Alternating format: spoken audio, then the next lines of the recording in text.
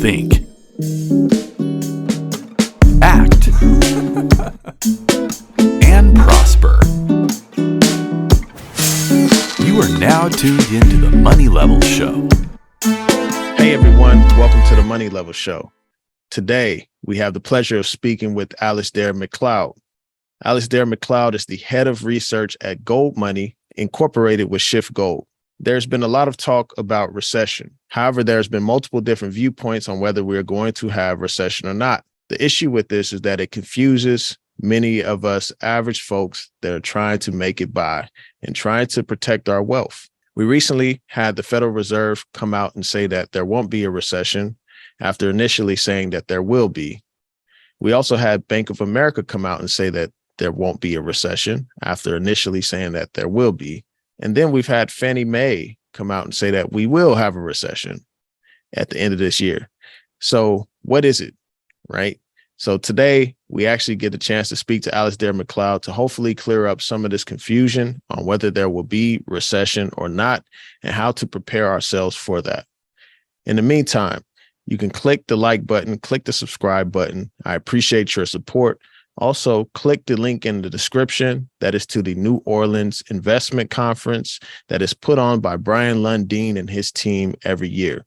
They've had legendary speakers there, such as Milton Friedman, Gerald Ford, Alan Greenspan. This year, they're going to have Rick Rule. They're going to have Danielle DiMartino Booth and many others. And so I will tell you more about that later on in the video. But for right now, enjoy this interview.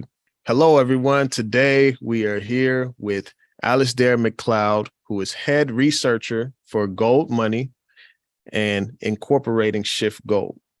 Did I say that right, Alasdair? You did. Yes, indeed. That's good. That's good. I had to write it down, y'all. I had to write it down, but it's for a little cheat sheet, but we got it right. So Shift Gold, that's interesting because I've heard of Shift Gold, and so even Gold Money. We talked last time about the CEO being a part of, I think it was Bitfarm, and then Monet. And so now I'm hearing Shift Gold. So it sounds like y'all got your hands in a lot of things. Well, Gold Money has owned Shift Gold for a little while now. It seems crazy that I just promote Gold Money because Shift Gold has got a good retail presence in New York and, dealing in coins, small bars, that sort of thing. It's complementary to what we do. And I can see a great future for it because I really do think that ordinary people are so under invested, or they just don't hold what they should be holding in gold, particularly at a time of increased risk, which is in the credit markets, really. And if you want to hedge against the risk in credit markets, we're talking about everything from currencies all the way down to the banks and all the rest of it, then gold is your only way out because it is actually legal money, which not many people realize. But that is the law, is that gold is legal money because there's no counterparty risk. All the rest is credit. And I think it was the great J.P. Morgan back in, 1912, evidence to the Congress, said exactly that. He said gold is money and the rest is credit. Yeah. I was Nothing changed. I was actually reading that. I was wondering, like, okay, what did he say this? What was the context? So I was reading the notes from I don't know if it was he was on trial or some congressional hearing or something, and he was giving all these roundabout answers, and then he said, no, gold is money, everything else is credit. And so that was pretty interesting. Yeah, indeed. So we have a lot of confusing dynamics going on, right? And on my channel, I try to reach the retail investor, the person that doesn't necessarily understand or have time to research a lot of these concepts. So we had the Federal Reserve, Jerome Powell came out and said that people at the Fed are not expecting a recession. This is very similar to what Ben Bernanke said in 2007. And then if you look at the NASDAQ chart from 2007 to 2008, you saw the You saw it continue to go up before it took a 50% haircut. So how should we process this? Because we're getting a lot of conflicting viewpoints. I mean, obviously, the mainstream news is saying like, "Hey, there's not going to be a recession. There's going to be a soft landing." But then like the charts are saying, like the leading economic index is saying something different. So how should we be processing this?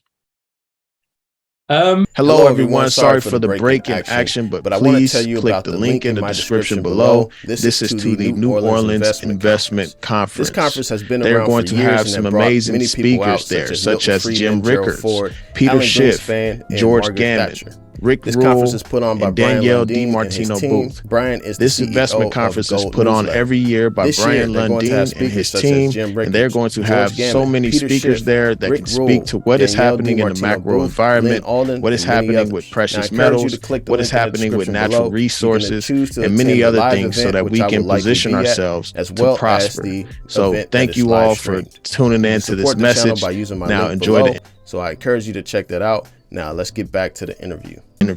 There's so many answers to this. I think I could, probably spend 24 hours talking about this. I'll try and keep it as simple as possible. The first thing to recognize is that increases in GDP, nominal or adjusted for inflation, are not an indication of economic progress. All they show is the sum total of transactions measured in the currency of the country, in this case dollars, over a specific period of time. And if it's not annual, if that period isn't a year, then it's annualized normally. So the first thing I ask everybody to do is to not equate GDP with economic progress.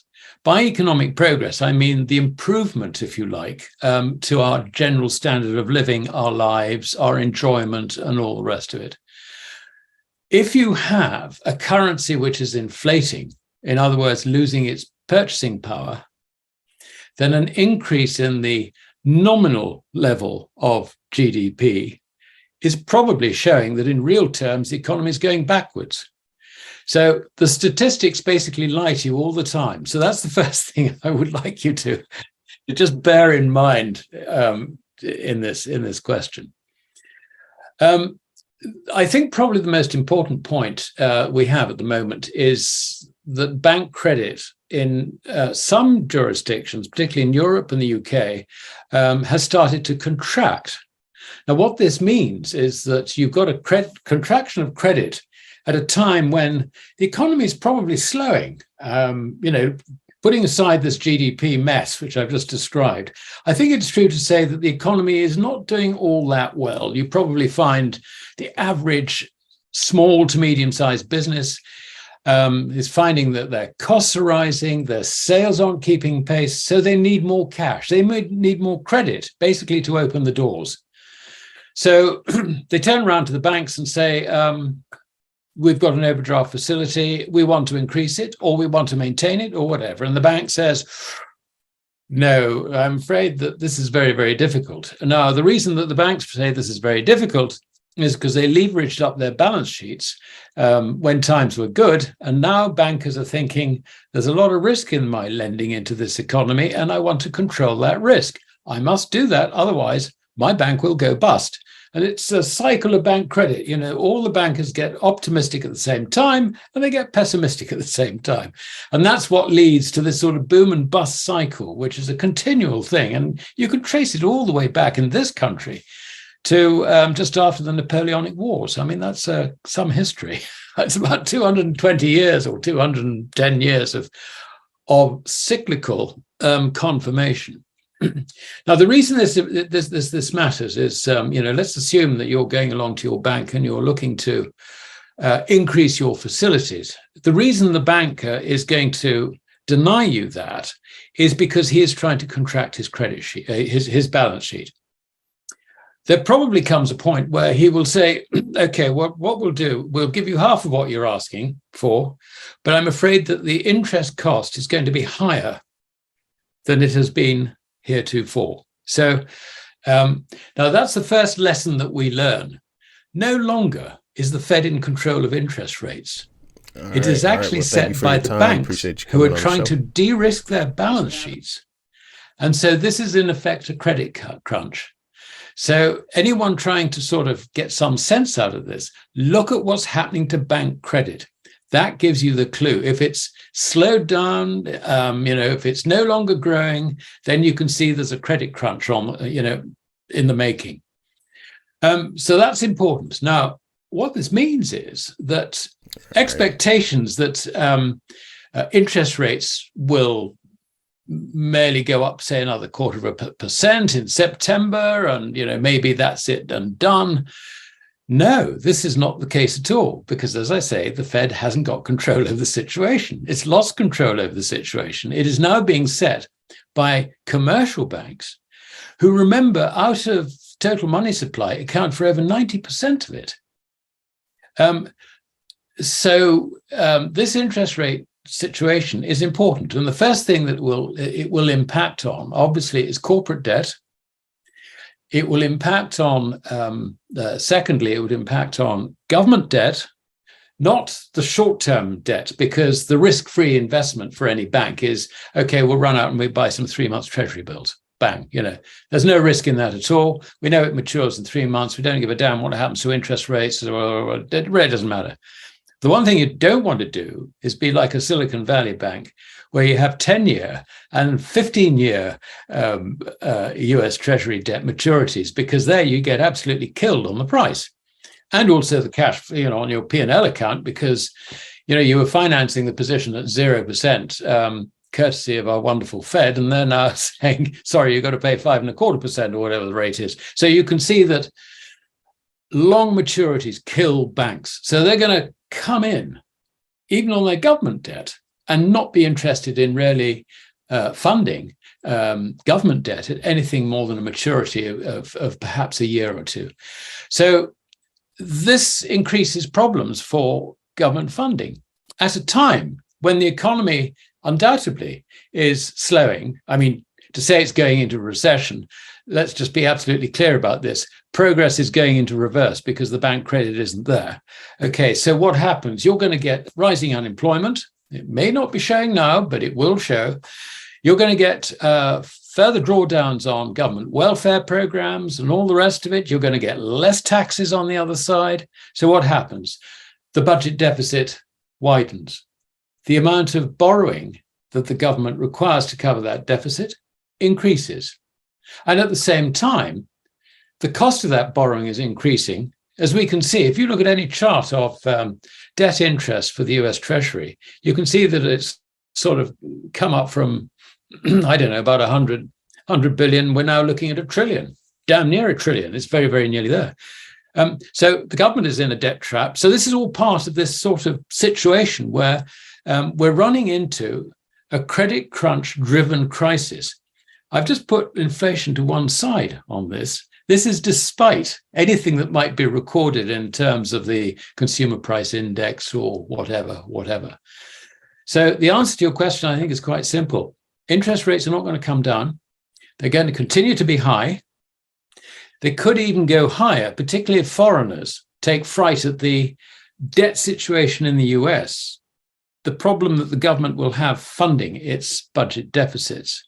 Because remember, the foreigners own quite a lot of US treasuries. This rather requires the foreigners to play the game. If they don't play the game, then the funding problems are going to increase. And furthermore, it's worth noting that the total foreigner interest in US dollar financial securities, both short-term and long-term, so we're going from bank deposits all the way up to equities, is a total of about $32 trillion. Now, that's considerably in excess of US GDP, which I think is around about, 25, 26, something like that. Mm-hmm. Now, it's very important, as far as the dollar is concerned, for those foreigners to continue to hold dollars and not be net sellers in any significant way. But if you get rising interest rates, as I have just stated, if the expectations in markets are disappointed because they expect interest rates to begin to fall in 2024, if they find that's no longer the case, then we're heading for bear markets.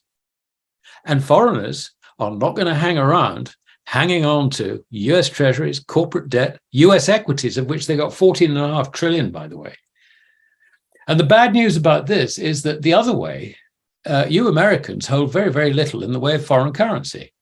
I think according to US Treasury figures, we're looking at something like, 680, 690 billion.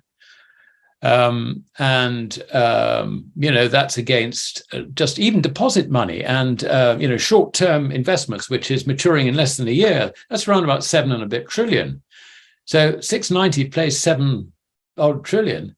You could also say 690 actually plays the whole 32 trillion. The reason for that is that your investments as a nation of investors in foreign equities is in ADR form. It's all ADRs. So when you sell, say, Deutsche Bank ADRs or whatever it is, there isn't a foreign exchange transaction there. It's not like there is, if you like, a requirement to purchase dollars in order to repatriate the stock back to Germany. That's not the way it works. This is the whole point about ADRs. There's no foreign exchange transaction. So you could say that Americans only has something like a bit less than $700 billion to absorb potential sales of up to 32 trillion. This is very bad odds, I can assure you. Very, very bad odds. So I'm drifting slightly from your question, but you can see how interest rates are likely to rise. They rise not so much because of the inflation story. I mean, that's part of it. And we can see that oil prices have started to rise. We've seen that Russia has now stopped letting grain go out through the ports in Odessa and so on and so forth in the Black Sea. There's pressure for prices to rise again, just from that end. But I think particularly energy prices, that is probably the problem. But there is this additional problem of the credit crunch, the fact that banks are trying to control the size of their balance sheets, which means that they're lending less. And in lending less, they make credit scarce. And when credit is scarce, the cost of it rises. That, I'm afraid, is the future that we all face, not just America, but all of us in the West. Yeah. So what I got from that is that right now we're already at a budget deficit of about $1 trillion, and banks aren't going to be buying long-term debt such as 10 to 30 year bonds, and as well as foreigners invested into U.S. Treasury debt or whatnot. Yeah. And so it sounds like the debt is going to continue to balloon. Because payments are going to come due. People are going to need more, not less, right? Yep. And right now, even I'm just looking at the government debt chart. We were at 20 trillion in 2017. Now we're over 32 trillion. Mm-hmm. So what happens with this amount of debt? This seems pretty extreme, like how fast it's increasing and by how much. Yeah, I just want to correct one figure you said. That's budget deficits of $1 trillion. It's actually $1.5 trillion. It looks like even on the Office for Budget Research responsibility, rather. What is it? Anyway, one of the congressional. I think the Congressional Budget Office makes a forecast, and its forecasts are $1.5 trillion plus. Going out for the next few years anyway. And that assumes, as they always assume, that there isn't going to be a recession. But, we've just sort of put this recession story to bed, I hope, a little bit. Mm-hmm. Really what we're looking at is our progress. And, if people are unemployed, we're not progressing. If businesses are going bust, we're not progressing. And that is the future, because so many of these businesses, not just government, but businesses, are over-leveraged. Look at the private equity industry. The way they've got their fabulous returns is they buy a cash cow, load it up with debt, which turns a profit margin of 8% into 40%. And they say, isn't this wonderful? Well, it's wonderful until you get the situation we're in now, where interest rates have literally shot up from close to zero up to, where are we now? 5+%. So this is a problem, I think, which is going to be hard on the underlying economy and also on the government, because those 1.5 trillion forecasts are going to just start going sky high. I mean, I wouldn't be surprised next year to see forecasts of well in excess of 2 trillion again. And as to the position with the current debt, as you point out, it's risen to around about the 32 trillion level, and it's accelerating quite rapidly. And at the same time, the cost of that debt is also accelerating underneath it. Now, this is the classic debt trap.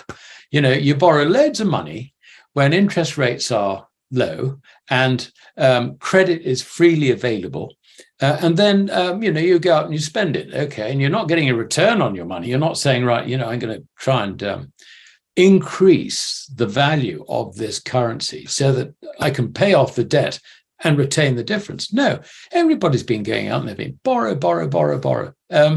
Not just consumers, producers as well. And the level of debt basically has become completely unsustainable in all elements of the economy. So rising interest rates are going to hit very, very hard. And I just find it very difficult to see any way out of this as far as the government is concerned, because they are the ultimate backstop to all this. And you've got a situation where the Fed, if you look at its balance sheet, if you marked it to market, it's underwater. I mean, it's insolvent, really. It's trading insolvently. I mean, in this country, directors in that position would be sent to jail if they continued like that. But of course, central bankers are different. But anyway, we'll gloss over that one. Yeah. But you can see that there are a number of big problems on the horizon, and it's some domino is going to topple. This is the big risk. Some domino topples, and then suddenly the whole situation just goes, upside down. Yeah. And does this mean like a lot of we may see a lot of defaults on debt, especially like personal consumer debt? I mean, the interest rates are high. I was just talking with a guy I played basketball with the other day. He's paying $800 US a month on the car. The rents and mortgage rates are high right now. And it seems like it's getting harder on the the average middle or lower class family in the United States. And so I'm wondering if this is going to lead to like avalanche of defaults on credit if interest rates continues to rise and people can't pay the bill. Yeah, I'm afraid it's inevitable, and you don't wish this on anyone. I mean, it's just a horrible situation. I mean, in this country, we've got a developing crisis in the mortgage market. Because the point about zero interest rates is that if you can borrow, sort of a floating rate of something like 1.5%, which is actually what mortgage rates here got down to, and you're now paying 6%, 7%. I mean, when you were borrowing at 1%, what you were doing was you were paying huge great prices for the property, because the property prices are all geared by the cost of financing it, and so we have a situation where there is a really nasty crash developing in residential property. And I mean, the various areas of property where you'll have seen this as well. I mean, it's the same is true of your residential property market, though it's less marked because of the way in which your market is structured with Fannie and Freddie and so on and so forth. But look at what's been happening with commercial property. The rents are not coming in to cover the cost of funding them. And the same, I mean, we had real problems with shopping malls for some time. But that was more due maybe to changes in the retail scene and all the rest of it. But now, if you've got one of these shopping malls and you got very few tenants and you're lumbered with the financing costs, running this damn thing, it is horrid. It really is. So it's the whole way through the economy. I think this is hitting very, very hard, Daryl. I really think it's extremely uncomfortable, bad for for profligate consumers. I mean, anyone with credit card debt and all the rest of it. They rely on their jobs to pay all this stuff, and there's a frightening number of people employed who literally live paycheck to paycheck. I mean, I think in terms of employees, I saw a certificate some time ago that both America and in this country, in the UK, talking about 70% of people employed, in industries, they're living literally paycheck to paycheck. And so if a paycheck doesn't come in, that is an absolute disaster for them. So this is not good. Yeah. So what does this mean for pension funds? So I've done quite a few videos on the pension and retirement crisis. There was recently a viral video of a man working 20 years at a company, and then something happened. The government bought them out or something, and they said that his pension wouldn't be funded. Yeah. So what does this mean for retirement and pension funding? I think it's probably for many pension funds a growing problem, because they're not really properly funded very often, and as to your point. But on top of that, you have, I think, the problem that with pensions now actually paying out a fixed amount in this country, rather than having it tied to the salary that you would be earning, like 2/3 of your salary when, on retirement sort of thing. Basically, it's the pensioner who ends up with the risk of the purchasing power of his pension going down the tubes. And this, I think, is going to hit people really very hard. I think we've moved from the golden era when you got a pension after working for 40 years or whatever, and that pension could keep you going happily in retirement. I think those days are gone, and I think to rely on pensions now is very, very risky. I really do think so. And so if people have got insufficient savings, then this is not good. It's, there's no other way to put it. Hey, everyone, we got a break in the interview. So part 2 will be up tomorrow. Please hit the subscribe button, hit the like button. And in this part 2, Alasdair is going to explain what you can do to prepare yourself for recession or however this plays out. We also talk about the BRICS, and we talk about how the Western nations may respond to the BRICS. And so be sure to hit the subscribe button and come back tomorrow for part 2 of this interview. I want to thank you all for your support.